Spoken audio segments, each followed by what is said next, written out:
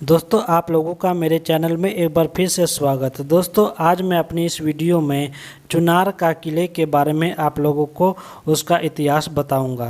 तो दोस्तों अगर आप लोग हमारे चैनल पर पहली बार आएँ तो प्लीज़ हमारे चैनल BRITEC54 को सब्सक्राइब कीजिए, साथ ही बेल आइकन को दबाइए ताकि मेरी आने वाली हर वीडियो का नोटिफिकेशन आप तक बिल्कुल आसानी से पहुँच जाए।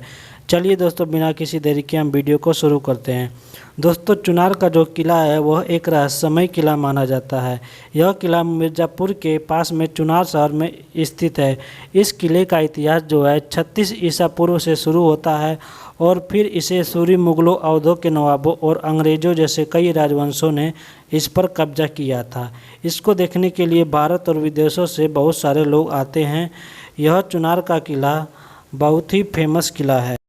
चुनार किले को चंद्रकांता, चुनारगढ़ और चरणाद्रि के नाम से भी जाना जाता है, जिसका कुछ किंवदंतियों के साथ लंबा इतिहास रहा है। यह किला कैमूर की पहाड़ियों पर स्थित है। किले का इतिहास 56 ईसा पूर्व माना जाता है, जब राजा विक्रम आदित्य उज्जैन के शासक थे। फिर यह मुगलों, सूरी, अवधों के नवाबों द्वारा उनके हाथों में चला गया।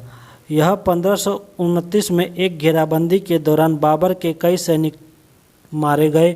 शेरशाह सूरी ने 1532 में चुनार के एक गवर्नर ताज खान सारंग खानी की विधवा से शादी करके किले का अधिग्रहण कर लिया। ताज खान इब्राहिम लोदी के शासनकाल के दौरान राज्यपाल था। शेरशाह को एक अन्य विधवा से विवाह करने के लिए बहुत ही धन प्राप्त हुआ था। फिर उसके बाद उसने बंगाल पर कब्जा करने के लिए अपनी राजधानी को रोहतास में बदल दिया और उसके बाद हुमायूं ने किले पर हमला किया और शेरशाह सूरी को बंगाल छोड़ने के लिए कहा। उन्होंने यह भी कहा कि चुनार और जौनपुर के किले का अधिग्रहण नहीं करेंगे।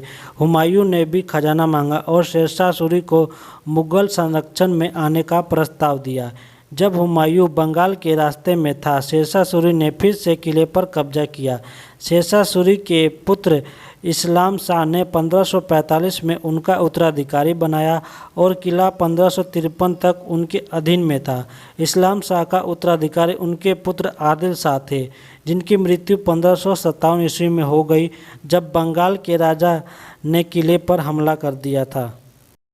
1557 में सूरी वंश के अंतिम शासक आदिल शाह की मृत्यु के बाद मुगलों ने अकबर के शासनकाल के दौरान 1575 में किले पर कब्जा कर लिया। फिर अकबर ने किले का दोबारा निर्माण करवाया, जिसमें पश्चिम में से एक द्वार और अन्य संरचनाएं भी इसमें शामिल है। जहांगीर के इफ्तिखार खान को किले का नाजिक नियुक्त किया गया, जबकि औरंगजेब ने मिर्ज़ा बैरम खान को गवर्नर नियुक्त किया था। किले में बैरम खां द्वारा एक मस्जिद का निर्माण करवाया गया था। 1760 में अहमद शाह दुर्रानी ने किले पर कब्जा कर लिया था।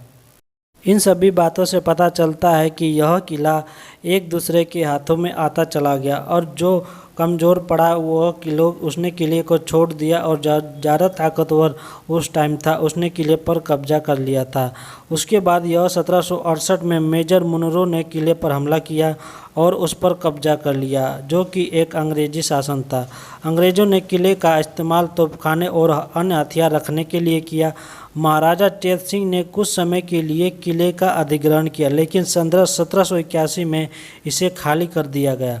1791 में यूरोपीय और भारतीय बटालियन ने किले को अपना मुख्यालय बना लिया। 1815 के बाद किले को कैदियों के लिए एक घर के रूप में इस्तेमाल किया जाने लगा। 1849 में महाराणा रणजीत सिंह और उनकी पत्नी रानी जिंद कौर को कैद कर लिया गया, लेकिन वह बच निकली और काठमांडू चली गई। 1890 के बाद किले को कैदियों के लिए जेल के लिए इस्तेमाल किया जाने। दोस्तों यह किला चुनार का किला गंगा नदी के तट पर बनाया गया। इस किले का निर्माण बलुआ पत्थर से किया गया है। दोस्तों पुराने समय में जिस भी किले का निर्माण किया गया तकरीबन सब बलुआ पत्थर से बनाए गए हैं। दोस्तों इस किले का उपयोग मौर्य काल के दौरान में किया गया था। यह किला 1850 गज के क्षेत्र में फैला हुआ है। किले में बहुत सारे द्वार हैं, जिसमें पश्चिमी द्वार अकबर के शासनकाल में बनाया गया था। किले के अंदर कुछ संरचनाएं भी है, जैसे भरथरी समाधि, सोनवा मंडप, बानो खंभों की छतरी और वारेन हेस्टिंग्स का निवास है। इसमें से जो भरथरी समाधि है वो भरथरी राजा विक्रमादित्य के भाई थे। किले के पीछे भट्ठारी की समाधि है और समाधि में 4 द्वार है जिनका उपयोग विभिन्न धार्मिक समारोह के लिए किया जाता है। इमारत के सामने एक सुरंग का इस्तेमाल किया गया है जो कि राजकुमारी सोनवा ने किया था, क्योंकि वह गंगा नदी के पानी से भरी एक बावली में स्नान करती थी। यहाँ पर सोनवा मंडप है।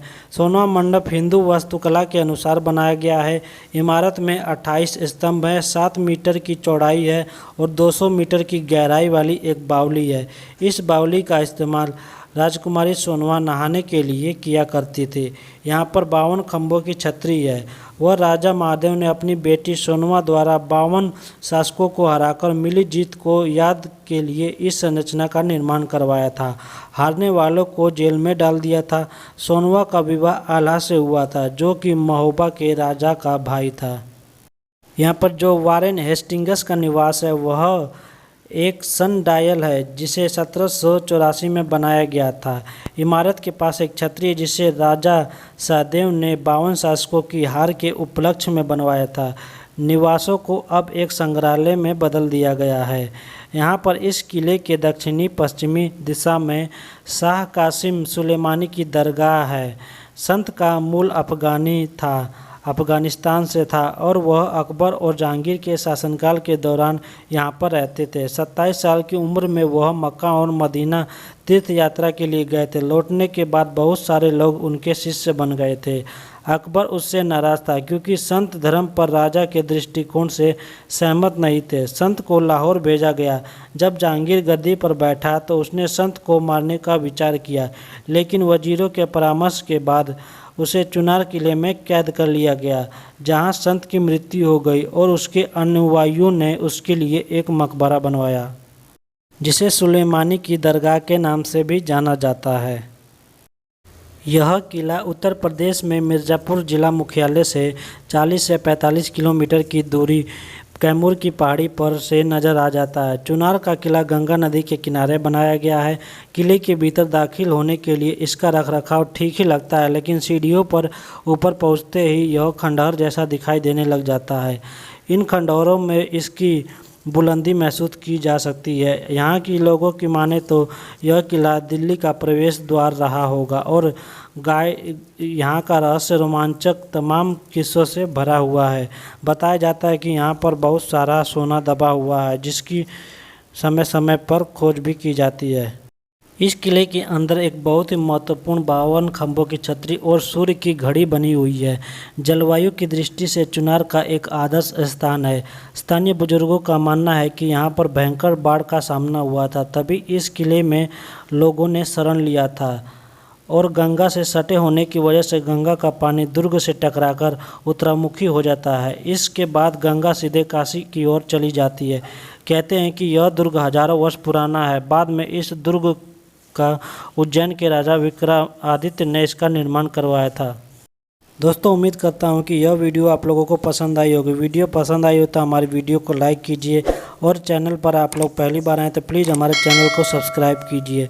साथ ही बेल आइकन दबाइए ताकि मेरी आने वाली हर वीडियो का नोटिफिकेशन आप तक बिल्कुल आसानी से पहुंच जाए। तो चलिए दोस्तों, मिलते हैं हम किसी नेक्स्ट वीडियो में नेक्स्ट टॉपिक के साथ।